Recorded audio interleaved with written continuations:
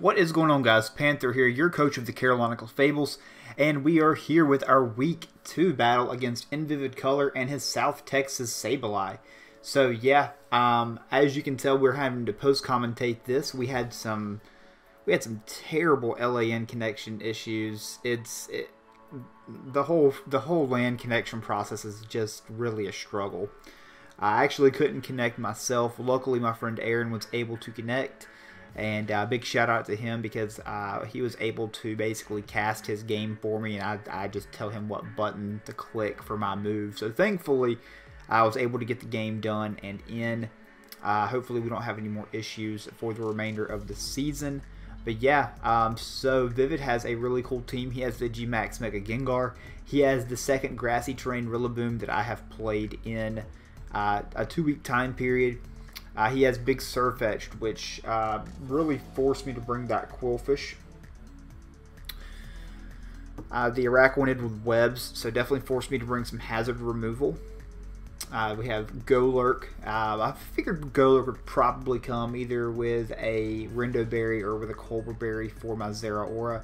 And then he has Jirachi, and I'm kind of thinking like some type of like special Rachi, maybe with like Grass Knot, Calm on Grass Knot, T-Bolt, Psychic, something like that.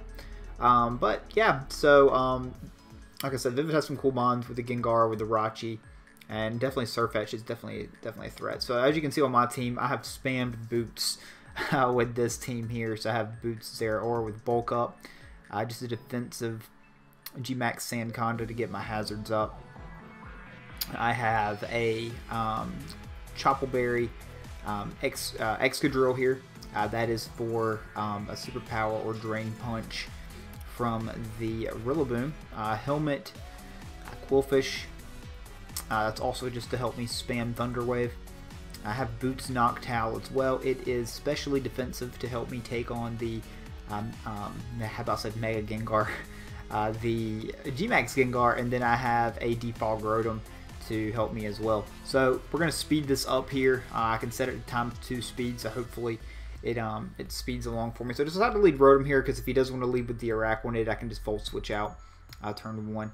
He doesn't really have, as you can see, he doesn't really have a great response immediately to the Rotom. So I want to go ahead and lead with that. I guess his best play would maybe to pivot out into Jirachi and be able to take a hit with it, but I don't think he would. I mean, he's definitely not going to go Golurk at the risk of taking a Blizzard. And even if he does go Golurk, I fire off a Blizzard on the following turn. And the best he can really do is go out, I guess, then into Jirachi. Or if he wanted to go Araquanid then. But then I just Volt Switch on the following turn. So as you can see, he has a pretty big predicament here because Rotom just really goes in. So he's actually going to lead off with his Jirachi. I'm going to lead off with my Rotom. And I believe I just clicked the Volt Switch here, turn 1. And we're going to try to get some intel on this Jirachi. So, as you can see, we do have the land timer that's going. We're at 9 minutes, 30 seconds, pretty much over there in the top right. Took a lot of time just to really think of this play here, but I considered clicking Thunder Wave here, turn 1. He actually just going to throw off an Iron Head, and we're going to Volt Switch out. And he just goes for the turn 1 Iron Head, trying to pick up the flinch on me. Excuse me. So I have an option here. I can go for a more offensive option, go into my Excadrill, or go into Sandaconda to get my rocks, or Quillfish and do the same. So I'm just going to go out into Drill. And then I'm going to click a nice and clean X-Scissor. I click X-Scissor, I'm pretty sure. Yeah, I click X-Scissor there, turn 1. And we do a lot of damage. So we know this one's not as defensive. So now he has a decision to make. Does he want to stay in and risk this? Do I want to stay in and risk this roll?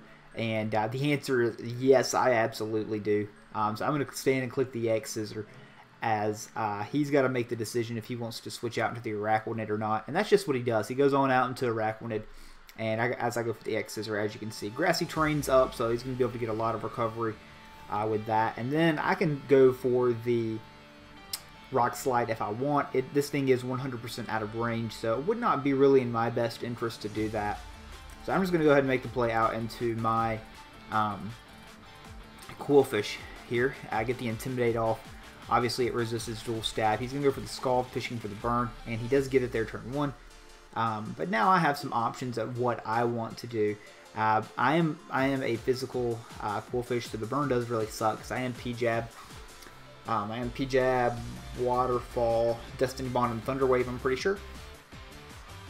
But he's probably going to Sticky Web here, so I'm going to take this opportunity and make the double out into the Rotom. So I can defog here if I want to. Or I can just try to fire off an attack, and that's just what I do. Is I just go straight for the Volt Switch. If he wants to stay in, then he's going to give me some good damage on this Araquanid. That helps really clear up some things for Drill. And if not, then I'm going to get some momentum.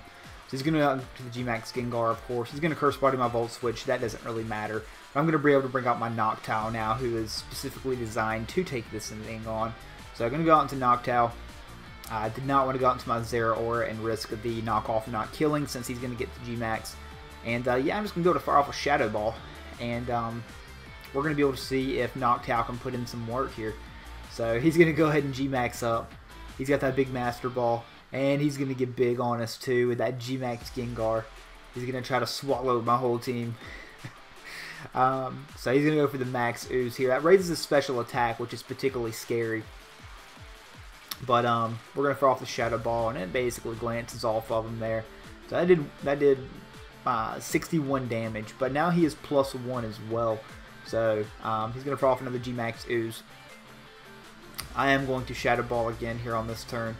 And get some decent damage. He is going to get the Curse Body, though. It doesn't really matter, because I can just throw off the Hurricane. If I hit, it kills. But he should just kill me here. So down goes my Noctowl. But I've pretty much traded Noctowl for Gengar here at this point. Or his G-Max, at least. I traded Noctowl for his G-Max, which is a fantastic trade, in my opinion. I'm going to go out to Zera here. And Zera's going to get the luxury to click what it wants. I've got to attack, and I know that. I'm going to click the knockoff just in case he does decide to go out into the Golurk here and preserve this Gengar, because Gengar can still be scary. I'm hoping he didn't see my boots though. So he's going to go out into the Golurk here. He is going to actually turn out to be Colbur Berry as well. So I'm going to get some decent damage off on him. So after I bulk up on the following turn, it should be able to actually take him out with the knockoff now. So now I can make a decision on what exactly I want to do. And I believe I do decide just to go out into the Rotom here. Gives me the opportunity to defog if I want to. So that's just what I'm going to do. I'm going to go ahead out into my Rotom. And this Rotom gives me a lot of momentum. My Zeraora and my Excadrill are really my ways of breaking down his team. So I want to use it to pivot and be able to get in my boys as much as possible. But like I said, now I have the opportunity to defog if I want to. I can fire off a Blizzard if I want to. And I am just going to stay in and fire off the Blizzard here as he switches out and goes out into the Araquanid. So probably should have just defogged there or just flat Volt switched out. I'm going to take the opportunity to Volt Switch here. I don't want him to stay in and spam the Sticky Web and just me lose momentum with that basically. Better play would have just been to Volt Switch on the last turn. But it would have been a risk in case he had Stone Edge or Dynamic Punch or something like that also. So, going to go out into my Qwilfish now, and I'm going to go for the Thunder Wave here. So, I'm going to try to get some pairs on this thing. And I can also start firing off some Poison Jabs if I want on the following turn. So, he's going to go out into his Gengar here. We're going to actually catch that thing with a T-Wave and get that thing nice and slow. But now it's pretty scary because he's got the Gengar in now. I've taken the round of Sticky Web damage as well, or not damage, but the reduction for Sticky Web. So I am actually forced to switch out or risk losing my Qwilfish here. So I'm going to go out into my Rotom. It does live the Shadow Ball, thankfully. So I'm going to go out to Rotom here. And we're going to be able to outspeed on the following turn. So just going to go for the Volt Switch and kill the Gengar, but unfortunately we take a lot of damage on our Rotom there, and pretty unnecessarily I feel too. I could have played around the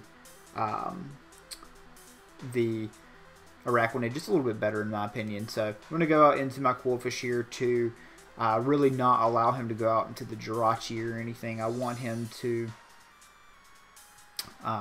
either bring out the Golurk again or the Rilla.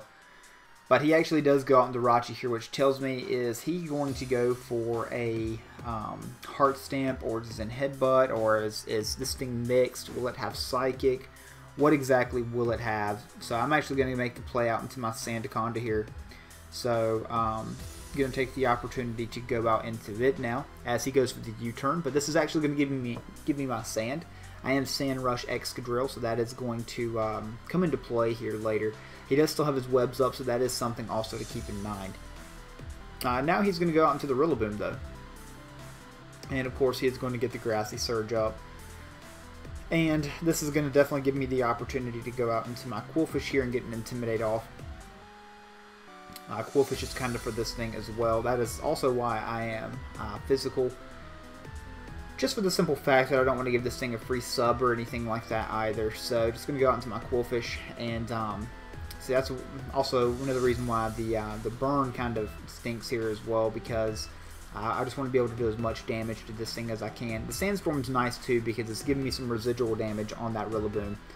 So this part of the battle is going to get a little laggy here because we got so many things that are hitting all at once. The burn, the sand for both teams, the grassy terrain, the leftovers. So just going to go straight for the Poison Jab. He's going to go for a Leech Seed and Mist. So he is Sub-Seed Rillaboom. Just to try to damage this thing, I guess. So we do get fortunate there. So that's a burn for a Mist Leech Seed, so we'll take that for sure. I have no reason not to fire off another Poison Jab here on this turn, though. So that is just what I'm going to do. And Vivid takes a long time here thinking about this decision here. And he's going to go for the Drum Beating to get some damage on my Qwilfish. Actually, also as well, the Drum Beating ignores the Rocky Helmet effect. So that's something to also keep in mind. And I'm perfectly content making this trade. If he wants to go Rillaboom for a Qwilfish here, that's something I can deal with that. So I'm just going to stay and sack off my Qwilfish here. I did assume Drum Beating would activate Rocky Helmet though, so that's a bit unfortunate that it does not. The Sandstorm does subside, but we do have the Rilla down to about 40% now, so it does open up Sand Rush Drill a little bit later in the game. So now I'm going to be able to go out into my Rotom here, and obviously you know what I'm going to be clicking. I'm just going to go ahead and fire off that Blizzard. He has the decision if he wants to go out into the Jirachi and or the Araquanid. I think I fire off Blizzard. I think I do connect this one. So, yep, there's that. And now I have the decision if I want to defog these webs away. If I want to throw a Thunder Wave off, what I want to do exactly. And I'm just going to choose to throw the Thunder Wave off here. And we get the full para on the Araquanid, thankfully. So, now I believe I just stand and defog these webs away. And, yep, we're going to defog. As I believe he just picks up the kill on us here. Yeah, he's going to kill us with the Scald burn there. So I got the full para, he got the burn on the Scald again. So this is a pretty hacksy battle so far. 2 hacks on both sides. But webs are away. I'm going to go out into my Zeraora, and there's no reason why I should not bulk up here. He can go for Scald and risk that 30% burn, but I do pick up the full para. So now we're 3-2 in my way for the hacks. So now I'm just going to throw off a Plasma Fist, get rid of this stupid thing, get rid of Sticky Webs, and that opens up my Excadrill even more now that he just has the Surfetch, the Jirachi, and the Golurk left. Yeah. He has something else too. I forget what else he has at this point. So I don't know he's actually Scarf at this point. He's going to go for the Zen Headbutt, and there's one flinch. So this is going to be annoying. If I break through here, I win the game though. I kill this with Knock. I kill the Golurk with Knock. I kill the Surfetch with Plasma Fist. And I kill whatever he has left too, I'm almost positive. But he actually picks up another flinch here on this turn. I'm just going to go ahead and stay in, try to get another knockoff off at this point on this Jirachi. 2 flinches here at this point with the Zen Headbutt. So it's a 40% chance on Zen Headbutt with Jirachi. So definitely was a little bit tilted there at that point. pick up the kill on the Golurk there. He's got the Surfetch left. He can come in with the banded Surfetch though, and if it is banded, just click the first impression. But I do not know at this point if it's banded. So I'm going to take the chance that he is not, but he is definitely banded because he's able to pick up the kill there. So that's unfortunate, but now we know that he is absolutely banded. He needs to be banded to kill me. So it does give me the opportunity to kind of do what I want to do here with either Excadrill or my Sandaconda and try to win this game. He has the Rillaboom left. He has the Rillaboom. But +1 close combat definitely killed the Rillaboom there at that point. So I'm just going to go ahead and Swords Dance on up here and see what he wants to do. Probably goes out into the Rillaboom here if I had to ask. So just going to go ahead and SD up. But he actually goes out into the Jirachi here. So I'm thinking, oh man, this is either over or he's going to try to flinch me down. Or maybe Drain Punch, but I have Chople, so this is a wrap otherwise. So I'm just going to go for the high horsepower. I am high horsepower because it ignores grassy terrain. It's 95 base power, 95% accurate. It's the only drawback about it. I was going to go for the Iron Head and pick up the third flinch, and at this point I'm like, oh my god, don't do this to me. Don't do this to me. Don't, no. There's 4 in a row, man. And I'm like, Jesus, I've got to break through here. If I break through here, I win. Come on, Excadrill. Kill this star. And he gets the 5th. 5 for 5 on the Iron Head flinches. So now I am super tilted at this point. Super tilted. So I'm gonna go out into my Sandaconda here because at this point it's like, okay, I'm gonna have to trap this thing with G-Max Sandaconda. I'm gonna need him to give me that. And then I'm going to need to have Sandup to sweep with Drill still. So he's going to go out into Rilla on my Sandaconda here.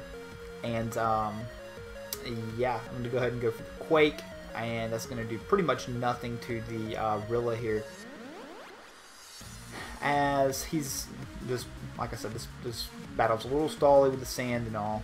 So I'm at about 70% right now. And I'm going to fire off my G-Max here because it's now or never for big Sandaconda here. So I've got the G-Max Rockfall, I've got the G-Max Sand Tomb, so I'm going to go for the G-Max Rockfall here. And his health is important to take notice of here because I believe he is just out of range of another substitute. So luckily, I believe he is just out of range after everything with another sub. Either he's out of range or he misplays here by not subbing. So I've got 1 turn. I've got 2 more turns of my G-Max Sandaconda here. And I believe he just goes for the drum beating. He goes, that's Grassy Terrain boosted now. So my speed's down. I'm at 153 HP. I'm going to kill him, kill the Rillaboom. So I'm at 164 HP. Now, watch this. Pay very close attention here, guys. Keep in mind, Grassy Terrain is up. Grassy Terrain is up. Okay? He can either go out into the Jirachi and try to... I don't think he can flinch me, actually. Ignore I said that. He's going to go out into this thing. I don't want to talk too soon and miss. I want you to keep in mind, he's going for a Leaf Blade before I actually hit play on this. He's going for a Leaf Blade. He is Choice Banded. This is Grassy Terrain boosted. This is +2... basically Leaf Blade to my 50% G-Max Sandaconda from a 135 base attack Pokemon. And big Sandaconda's eaten for days. We hit him with the Sand Blast. He's trapped in the Sand Tomb now. He cannot leave. He cannot leave the battle. Now my one concern is does it free him after Sandaconda dies? Because if it frees him, then that's it for me. He can just switch out First Impression me to 100% give him the game. Also, my sand has expired. But he is locked in. I do know that he has to hit me. So my sand's going to go back up. So sand's back up. I've got 5 turns of sand now. 4 turns of sand. And as you can see, I'm dead. And the Sand Tomb still hits him. So that tells me, oh boy, he's trapped in here with me. So I go out into my boy Excadrill and it's like 2 high horsepowers. 2 high horsepowers separates us from victory after all of this. Excadrill, can you do it? There's 1. Down goes the Surfetched. Now, is the Jirachi going to bring a little bit more luck? Is the Jirachi going to bring a little bit more luck here? We go for the whole horsepower. It connects. Down it goes. And we sneak out of this one with a 1-0 victory over invividcolor and his South Texas Sableyes. So, thank you again to Aaron for helping me out getting connected here. Big help from him. Would not have been able to play without him otherwise. So, definitely want to mention him first and foremost. So yeah, guys, that was a doozy of a battle. I'm not sure what more I can say about that one. It's unfortunate that it did come down to some flinches and some paras and things like that. It stunk that he got parried. It wouldn't really have mattered though unless he picked up the Scald Burn on the Zera Aura, and that barring the Scarfarachi, that really would have been it for the game there with Zera. So.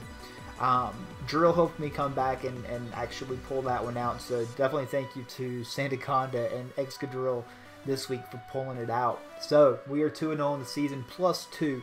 Do want to talk to you guys just a minute though about some transactions that we have on the season.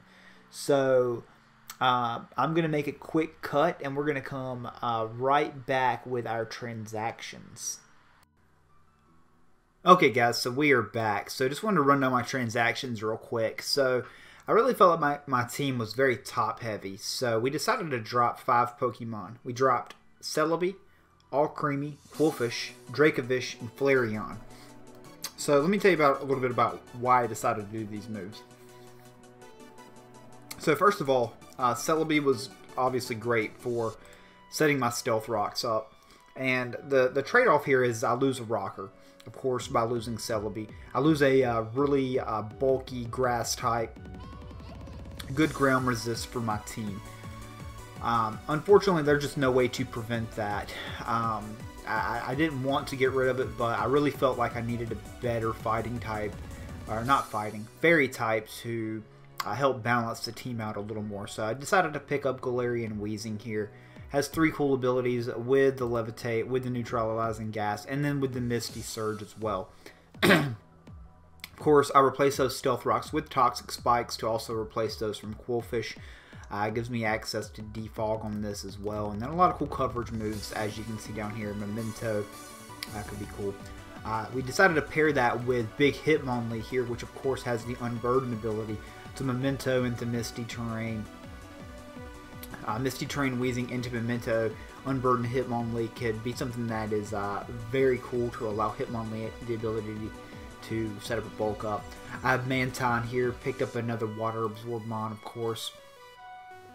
It does give me that ground immunity, and yeah, it gives me access to another Defogger, just another big bulky Mon, something that can sponge some special hits. Decided to pick up Arcanine, of course, just to really give me some more defensive backbone to this team. I really felt like the team was too offensive with the Dracovish, with the Zera Aura, with the Excadrill. I wanted to bring some more bulk back to this, and I felt like Arcanine would help me do that.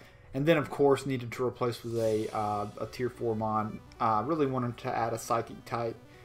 And Orbeetle could be really good. It has, I know it has a move to boost defense. What is it? Iron Defense?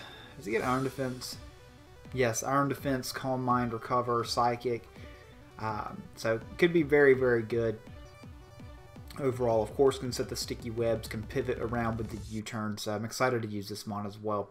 It's going to keep this short and sweet. This is going to be my transaction video. So the team now are these 5 plus Zera Aura, Gmax Sandaconda, Excadrill. I still have my Noctowl and Rotom Frost, and then I also have Obstagoon as well. So Obstagoon's a big breaker for those Sticky Webs. Another reason why I wanted to pick it up. But yeah, guys, hopefully you enjoyed the transactions. Hopefully you enjoyed the battle. Leave your thoughts on the video this week down below. Let me know what you're thinking. We're 2-0, +2, so we've won both games barely by 1-0 differential. And then next week we play Jamvad in week 3. So we'll see if some of these new mons make their debut then. Thank you so much for watching, guys. Hit that like button, hit that sub button. We're trying to push to 500 subs here this season. We were very close. We were only like 80 or so away here at the point of this video. So please show me some support. Let me know what you think of the new team, too. I'm really excited to use it. Hopefully you guys like it. Thank you so much for watching, guys. That's it for me. I'm out.